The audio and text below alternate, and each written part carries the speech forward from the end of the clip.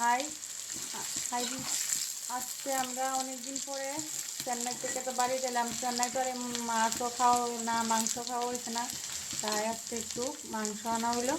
মানে মাংস রান্না করা যাচ্ছে, একটু বেরেস্তা বাজতেছে আর কি। আর মাংস এদিকে মেরিনেট করে রাখা হয়েছে।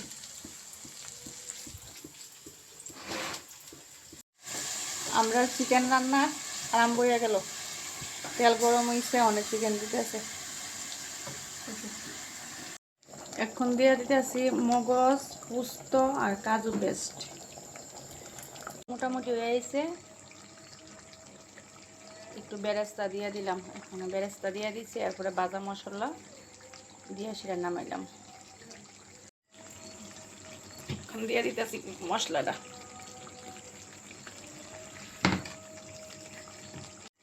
মাংস কমপ্লিট হয়ে গেছে, এখন নামাইলাম।